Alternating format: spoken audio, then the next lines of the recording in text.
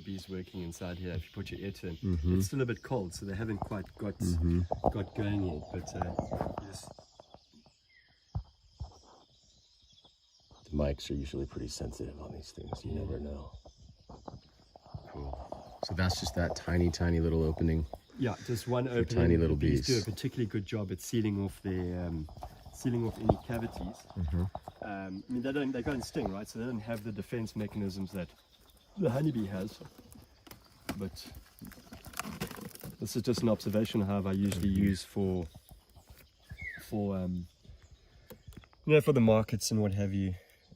Give you and I normally just replace the glass as well, just because you can see they're propellizing the glass now. There's a bit of light coming in, so they're just creating a darker environment. Yeah, it's a bit tricky, isn't it? Yeah, but the phone camera is pretty amazing. Yeah, I know, 'cause they are insane. Very impressive. So how many would be in a colony like this? Just a few thousand. This is a particularly good looking colony. I mean, you can see the honey pots. There's all the honey pots. You can see the open pots, and then some pots that are being sealed now.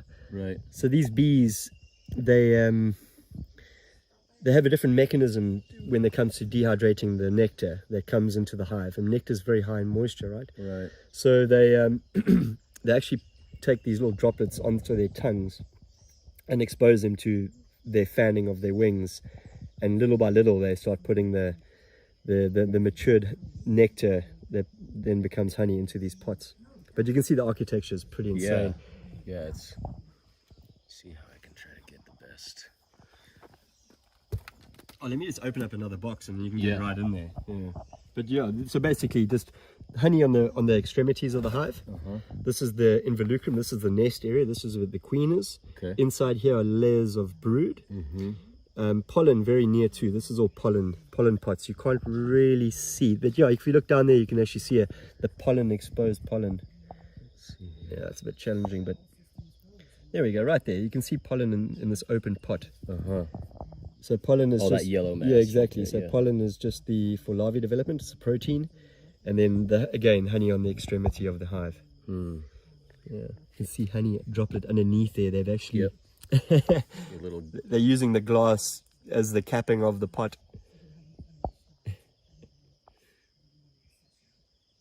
Very cool, man. Yeah, very cool.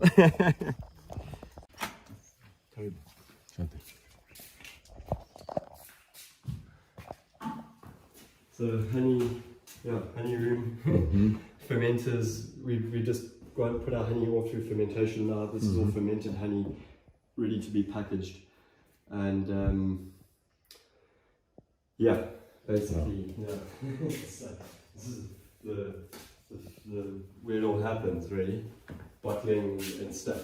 I mean, again, we're dealing with such small volumes that it's not comparable to a big honey setup where you know you've got big machinery and extractions and stuff. Our honey is very highly artisanal. Completely. I mean, we're talking about a liter of honey a year, so per colony. Wow. Yeah. But yeah, if you'd like, I'd like to introduce you some different profiles in case of this honey, because it really does change from area to area, from season to season, and then of course working on the fermentation, there's all different types of fermentation changes. You know, the honey is very active. It's a bioactive substance. So. Certainly. Yeah. And then I mean our product basically is this over here. This is what we're selling. And again, we've got two varieties of it. So it's quite a cute little pharmaceutical grade jar. Yeah. And this one's Kilimanjaro. And we've recently got Tanzanian Bureau of Standards now as well, which is a big deal for us. It took a lot to change. We had to change the national standard of stingless bee honey in Tanzania because of the acidity value. Okay. So we kept failing the acidity. They had a range of, it's worked out in milliequivalents, and it was very low, around 80 milliequivalents per kilogram. And our honey was constantly coming in at 200, 300 milliequivalents. So we changed the national standard to 400, capped it over there, so now honey conforms. Some ambition, right? Like, yeah, we're gonna do this. Again, like this is what it's gonna take for people to realize that they're sitting on an amazing product, and it does have a market. There's a space for it. You know? So yeah, Kilimanjaro, and then our mirror range is just a darker, the black packaging. Are you familiar with Jeez, no, yeah, sorry, no worries. Tired. I need to turn this off. Am I familiar with it's called iFoam PGS, the Participatory Guarantee System. It's like a peer-to-peer agricultural improvement network. They have an apiculture arm to that, and basically it's about working with groups of farmers, getting them together, sharing techniques, inspecting one another's farms, and holding each other accountable to certain production standards, and just improving them. Yeah. And so anyway, I just thought to mention it because they're very active with horticulture, you know, they had a one called here in East Africa. Yeah, they've had a PGS group called Kilimanjaro that was just Kilimanjaro Organic. Okay. Yeah, it's like an alternative organic, you know, non-chemical, low input, on-farm resources, you know, type of production philosophy that the farmers get together, have regular meetings, and inspect one another's production systems. Yeah, so there is a beekeeping arm of that. Okay. Thought I'd let you know. Yeah, cool. Yeah. I really appreciate that. Yeah. That information later. Yeah. So anyway, there's the Meru variety. Yeah. But can you come taste some honey? Oh man, tue good. I have some insane honey. This can be done. Right, so I'm going to start with a spoon. So I'm just going to give you what our standard product is about. I mean, what our standard product is in terms of its taste. So this is, once you put your teaspoon in there, just drop it in a bit. You're going to get your dose of honey today. I've overdosed on honey before. Yeah. This is happening on a scale such that I'm going to be like refined. I'm not going to be like rolling me out of here, but man, I've never tasted anything like it. It's just the strength, so you get that acidity though. I mean, as a result of fermentation. Absolutely. I mean, when you smell it as well, there's this acetic acid that's coming off the honey. That's very sharp and I mean, and a lot of people think vinegar, you know, but as I said to you, this guy that actually tasted our honey and gave us a whole profile of it. I mean, it's got all this, such a range of flavors. And are there honey tasters in the same way that there are coffee and wine tasters, or is this a developing field of? Actually, it's interesting. It's an interesting question because in Central America, there is this culture of tasting honey, and people do come together with their stingless bee honey. I mean, we've got to understand in America, the honeybee didn't exist, right? Only stingless bees until Europeans went over. So their culture is way more advanced in terms of and dealing with the fermentation of the stingless bee honey. Well, I had the really great opportunity to tour southern Belize with Valrhona chocolate. So all these chocolatiers that are saying, in this new cacao chocolate movement, you know, they're all getting into the terroirs and all this different stuff that I'm so ignorant of. I'm just giving the chocolate, you know. But I've had friends that have started some specialty cacao businesses and stuff like that, and they're taking it very seriously. Yeah, sure. And rightfully so. I mean, absolutely. Wine? Let's not limit this to wine. No, absolutely not. So that was a Kilimanjaro. That is our box standard product.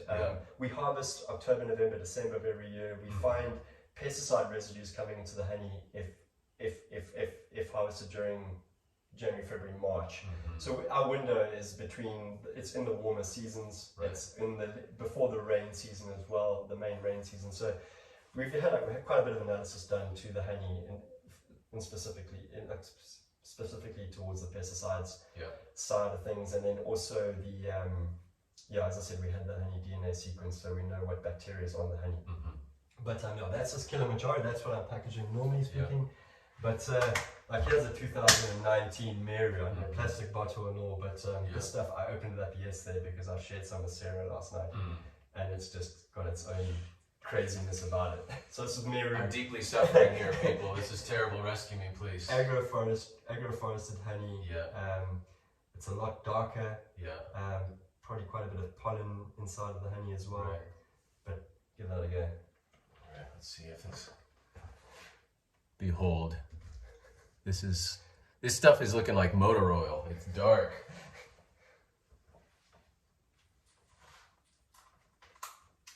So the previous was like you said, vinegary. Yeah. But also like florally sweeter. Certainly. Yeah. And this one is just straight like candy sweet. With the buttery. It's got it's like the texture is almost different as well. Yep. But that's 2-year-old honey, you know, that's been sitting in a plastic container for what it's worth. It's still pretty good. Yeah, it's still right. Yeah, no, I mean, this is not how I roll normally, but and then you get out of season honeys. So this next one is a 2019 as well.